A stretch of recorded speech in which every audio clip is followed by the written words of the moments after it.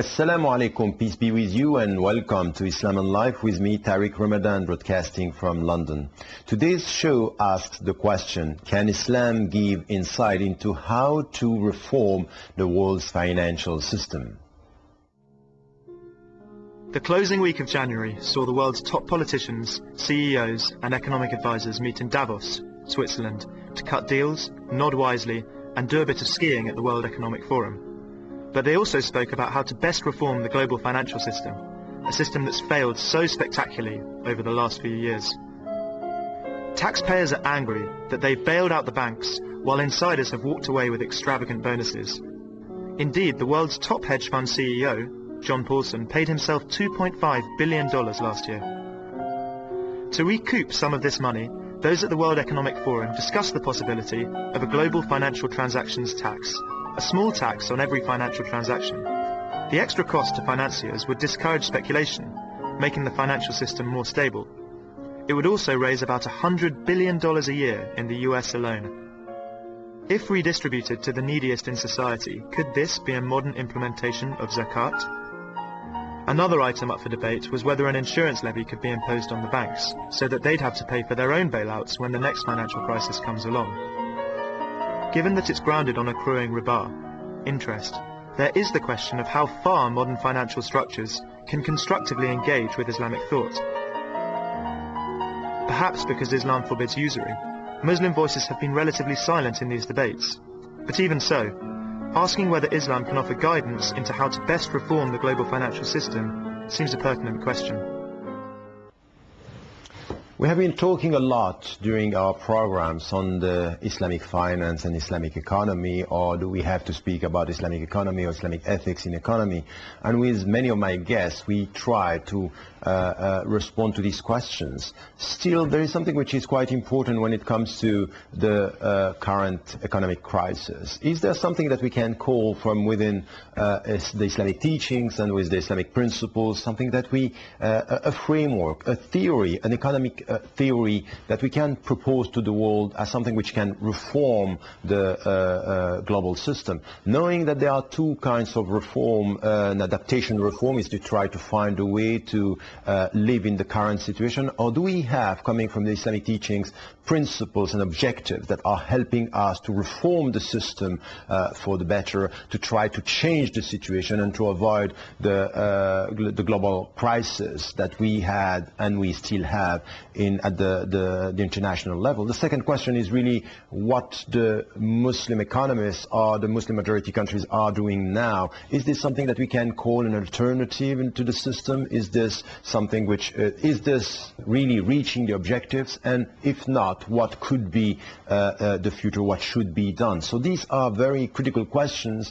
Many scholars and some Muslims are saying we have the alternative, while if we look at what is proposed today, it seems that it's quite problematic and at least questionable and open to debate. So, well, to answer these questions, I'm joined by Ahmad Thompson. Ahmad is a barrister, a writer, and also a co-founder of the Association of Muslim Lawyers. Ahmad, thank you for being with us today. You have watched with me the small clip. You are also quite interested in everything which has to do with not only law, which is your field, but also Islamic finance and what we call Islamic finance or Islamic ethics in these two areas, economy and finance. If I start with this question, is there something which is an economic theory or understanding or perception or even teachings that we can draw from the Islamic reference or the Quran and the prophetic traditions, something that we have that is or could be perceived as, yes, we have a theory which could help us to get an alternative? In fact, we have more than a theory. We have a practical example. Everything about Islam, if it's not done now, and certainly in the past, has been done, it's been achieved. The first community that was established by the Prophet Muhammad, blessings and peace be on him, really established the deen of Islam in all its aspects. And as we all know, there was this incredible flowering, this incredible spread of Islam that no one's really been able to explain kind of logically. We saw great civilizations again and again in different parts of the world that have flowered and then of course decayed, because nothing lasts forever. But while they've been based on this example, then they have flourished. So we have examples, we have practices that were already implemented in history. The problem that we have with some of the Muslims and some of the Islamic trends when it comes to literalist understanding is that we just try to duplicate what was done in history. We should extract from what was done some principles, at least a framework. Sure. Well, this is what I call a theoretical framework. What can we say? Well, I think, you know, if we zero in on Islamic finance, what do we learn? We learn that the economy of the Muslims up until the fall of the Caliphate was based on having gold and silver coins. And these were known weights and known qualities of metal. So established on the weights established by Sayyidina Umar ibn al-Khattab, the second Caliph of Islam, the gold dinar, 4.25 grams of basically 22 karat gold. Silver, the silver dirham, 3 grams of pure silver. And this was the basis, a known ratio between the two of 7 dinars to 10 dirhams. So there's a link between the two. And traditionally zakat would always be paid in gold and silver, not in small change, not in what's flus. This is the basis of Muslim economics. I have here an example of these coins. These were minted about 15 years ago now in Dubai. These are minted last year in Indonesia. So what is this exactly? And you see the same, basically the same coin, the gold dinar, the silver dirham, and this is a 5 dirham piece. Okay. Now, these have intrinsic value. So in the time of the Prophet, sallallahu alaihi wasallam, the gold dinar would buy a sheep.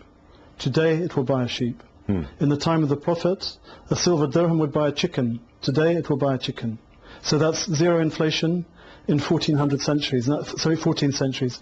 Now, if you look actually at the history of mankind in their financial dealings, the use of gold and silver as the basis of money goes back to 3000 BC at least, probably more, but at least 3000 BC. So we have basically 5 millennia, proven track record, it works. If we look at paper money, this has a track record of about 2 centuries, and it's gone horribly wrong. So just to make it clear, so you are talking here about a practice which I'm was talking done. about means of exchange. Yeah. Yes, exactly. What can we learn for today? What do we have to change? And coming from this Islamic practice, so what is in fact the theoretical framework that we can extract? Well, if we want a sound economy, a world economy, again, we have to bring gold and silver back into the equation. Okay. If we don't have gold and silver there, basically money is only worth the paper it's printed on. And in fact, most money today is not even printed on paper. I think 0.02% of all the money in accounts here, there and everywhere actually exists in paper form. It's all electronic. So in the latest bailout, for example, the Bank of England was creating money electronically. It wasn't even bothering to print it. It was creating it out of nothing. If you look at the whole thing about riba, it creates money out of nothing. You know, I lend you £100, I say you pay me 110. Riba, you mean interest? Interest, charging interest. I mean, there are many different kinds of riba, but the most common form, if you like, is just charging interest. That extra 10% is created out of nothing. Now, when you're multiplying this by, millions and billions and trillions, then it's a lot of money that really doesn't exist. So in fact, the whole banking system is a Ponzi scheme. It's a glorified Ponzi scheme. Now, if I can give you a practical example. Look at the American dollar, because this was the last currency to leave the gold standard back in 1973 when Nixon made that cut. Up until then, even 1973, you could, for example, change a $10 note for $10 worth of gold. They were the same. Yes. Let's go back to 1914. Okay. Then you would have a $10 note which said we promised to pay the bearer on demand $10 of gold.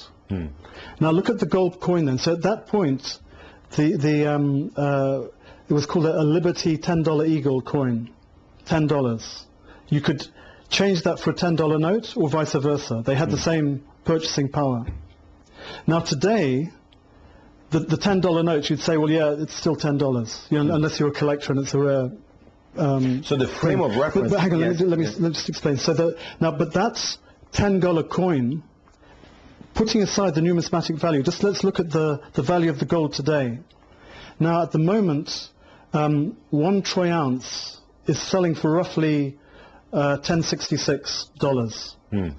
A Liberty $10 Eagle coin contains 16.7 grams of 900 fine gold, so that's roughly 54% of a troy ounce. If you do the mathematics, it comes out that it's worth today 575 paper dollars. So if back in 1914 I said, well, I'm not too keen about this paper, I'll change all my paper dollars into gold, I would basically have that return. Yes, it's quite a big increase. Yes. So what if we follow what you are saying is that in fact, to come back to a kind of economic stability, we should come back to this, because the stability will be it's the same amount, so we won't have this inflation and everything which has to do with the crisis that we are facing now. Sure. So it's like Hamlet. Really, see, Hamlet, he says there's nothing good or bad, but thinking makes it so.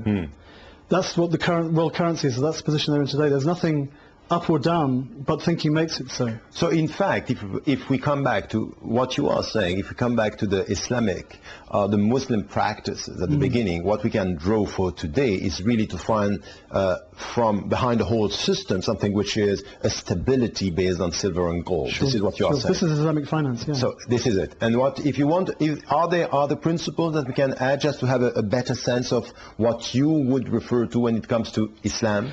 Well, you see, that's the basis. Yes. Then the next step is obviously you have to take riba out of the equation. You can't charge interest. Yes. I mean, at the moment the Bank of England has brought it down to 0.5%. They should get rid of that 0.5% as well. Yes. Then you get more stability. Okay. And then finally, you can't actually have transactions that are dealing with the haram. So if you're talking about investment, haram, which is the illicit, you can't invest in distilling wine. You can't invest in a pig farm. You know, these are refinements, if you like. Okay. So now, if you look at so-called Islamic finance, they've tried to look at everything except for the means of exchange. But when you go back to the roots, if you go back to the early practice of the first Muslim community, it was made very clear very early on, you know, in the time of Abdul Malik ibn Marwan, you know. So this is Tabi'in stage. Tabi'in are the followers. Yeah, the followers of the companions of the Prophet. Second generation. Yes. So it's very soon. And someone came to him one day and he said, "Are you making riba halal?" And he said, "Astaghfirullah, what are you talking about?" And they said, "People are using IOUs as a means of exchange." So, for example, I would want to buy 10 dinars worth of goods from you. I didn't have the money on me. I said, "Tariq, can I just give you an IOU?" He said, "Yeah, sure. You know, I owe you 10 dinars. I'll pay you later." Then you want to buy something. You haven't got the dinars. You say to Muhammad over here, "Look, I want to buy 10 dinars worth of fruit. Can I give you this IOU?" You go to Ahmed. He'll give you the money. Anyway, That is haram. Okay. Now that is a redeemable IOU. What we have here with paper money is an unredeemable IOU. So I was talking about a 1914 dollar, and there it said very plainly, we promised to pay the bearer on demand $10 worth of gold. This is a more modern $1 note, you know, with the Freemasons special pyramid here, and etc., and you know, the Star of David here with the original 13 states. We won't go into that. But here it just says, this note is legal tender for all debts, public and private. And it doesn't even make the promise anymore. So it's an unredeemable IOU. If you look at Scottish notes, for example, they'll still say, we promise to pay the bearer on demand. But if you go into a Scottish bank and say, could I have my sterling silver in return? They say, what are you talking about? You know, you living in the past? Okay. It's no longer the system. So, okay, this is the first part. We have now a sense that what you are saying is really we have to come to the source, and at the source we understand that everything which is the system itself on what it is based is wrong now, because it's not that it's wrong, but it's just it's based on sand. It's shifting sand. It's running water. You know, it's like Keats. He said, "Here lies." Here lies a person whose life was written on flowing water and shifting sand. This is what the present economy is written on. Yes, but so it's wrong. It's not right. Is it? Well, is it's it halal? not a question of right or right. It's certainly not halal. It's not. But the thing is, it's not reliable. Okay. It's like a spider's web. The first strong wind will blow it away. Okay, so this is the first thing, and then we have the interest that and riba and interest that we have to get rid of. Sure. And then the third dimension is really the way we have to deal with even the money itself. And again, this is not a new thing, you see. I mean, if you look at the revelation given to Sidna Musa, to Moses, there riba was forbidden. Yes, so it's not. And then subsequent generations, they said, well, between us, it's forbidden. But with the Goyim, with the non-Jews, we can charge them interest. Okay. So, With the Christians, again, they said, for many years they held up, they said we can't be involved in riba. And then with Martin Luther and Calvin, they said, well, if it's a reasonable amount of interest, then it's all right. Protestant take on the so relationship they between opened that capitalism and they opened that gateway. Okay. Then, if you look at the Muslims, they said, well, we'll try and get around it. We'll either have two transactions in one, which is haram in fact, or we'll call it a service charge. But we'll have to link it to the interbank lending rates. Yeah, let me come to this, because what you are saying is that we have to come back to the fundamentals, because there is a problem. Now around the world, with what we have and what was shown in the VT is really to tell us we are facing a very deep crisis, and the capitalist system is in crisis. I'm not sure, in fact, that the capitalist system is in crisis. I think that it's the financial system is in crisis.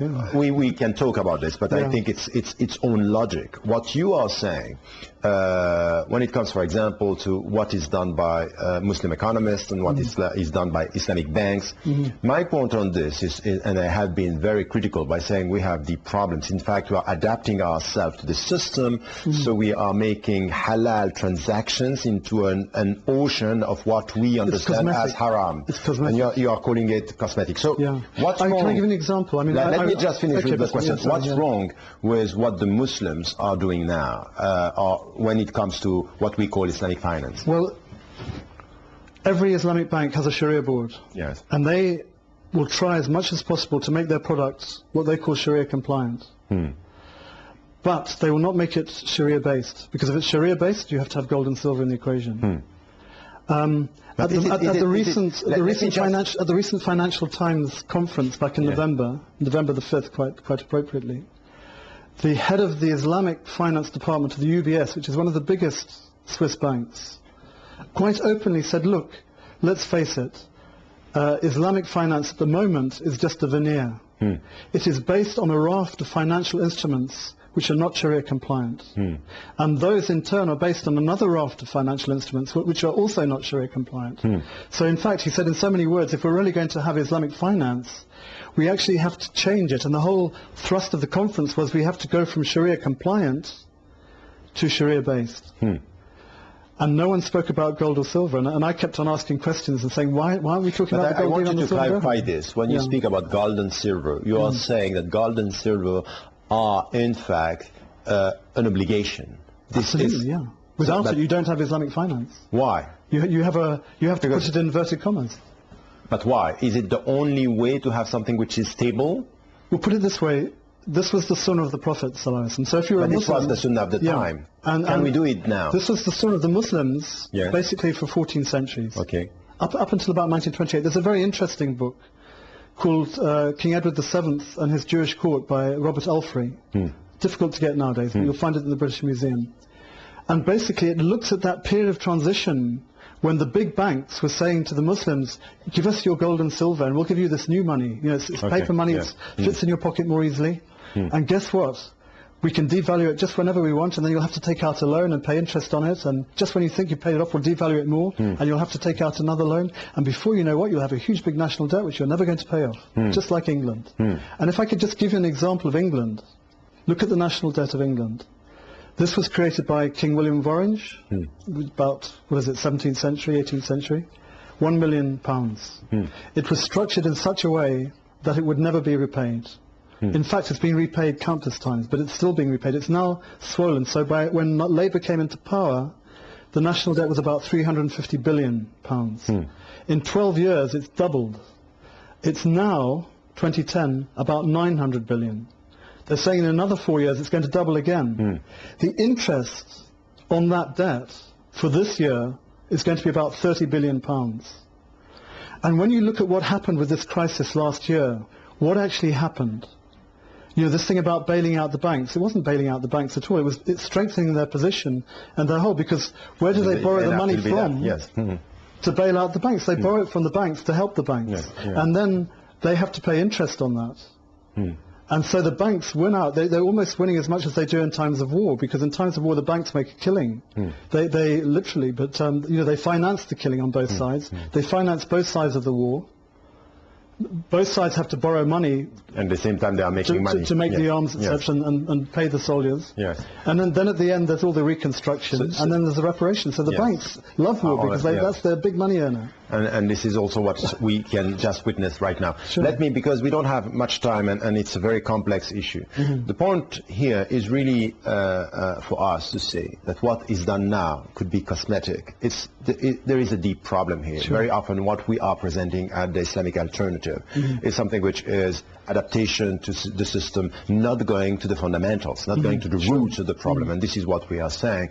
And I kept on saying this myself, having lots of criticism coming from the people saying, no, we have, and then we have a market and the people are coming and say, they are coming because they know that in this market there is money, so they want the money much more than the principles. So if now, and we have a few minutes left, so what could be the first steps that we can present as an alternative? The first step is traverse the process that was really started in the 19th century. And I'll give you a practical example. Nathan Rothschild, who, as we know, made his money out of the Battle of Waterloo, because he came back and he had the knowledge before anyone else of the outcome. He needed some gold bullion. He went to the Bank of England. He said, I need £1 million worth of gold bullion. I'll redeem it at such and such a date. They said, fine. They knew his word was good. When the date came, he came back and he gave them paper money worth £1 million. And they said, but you were going to return gold bullion. And he said, well, if you want, I'll go to your bank teller and I'll give them these notes, and it's got a promise to pay the bearer on demand. They will give me gold bullion out of your vaults, and I can pay you in gold bullion. So it was a magical trick. But is this realistic today? Now we have to do it the other way around. We actually have realistic? to start bringing gold back into the equation. So, for example, you can go to ecold.com, you can go to edinar.com if you want an Islamic solution. You can buy e-dinars, but each electronical dinar is backed by a physical dinar. So if you want, at any moment, you can change your e-dinars into real dinars like this. But is it possible And this is to being do that at the adopted. global It's level? being adopted in Malaysia. It's being adopted in Indonesia. It's being IMF are trying to stop it, and it's actually a condition of IMF membership.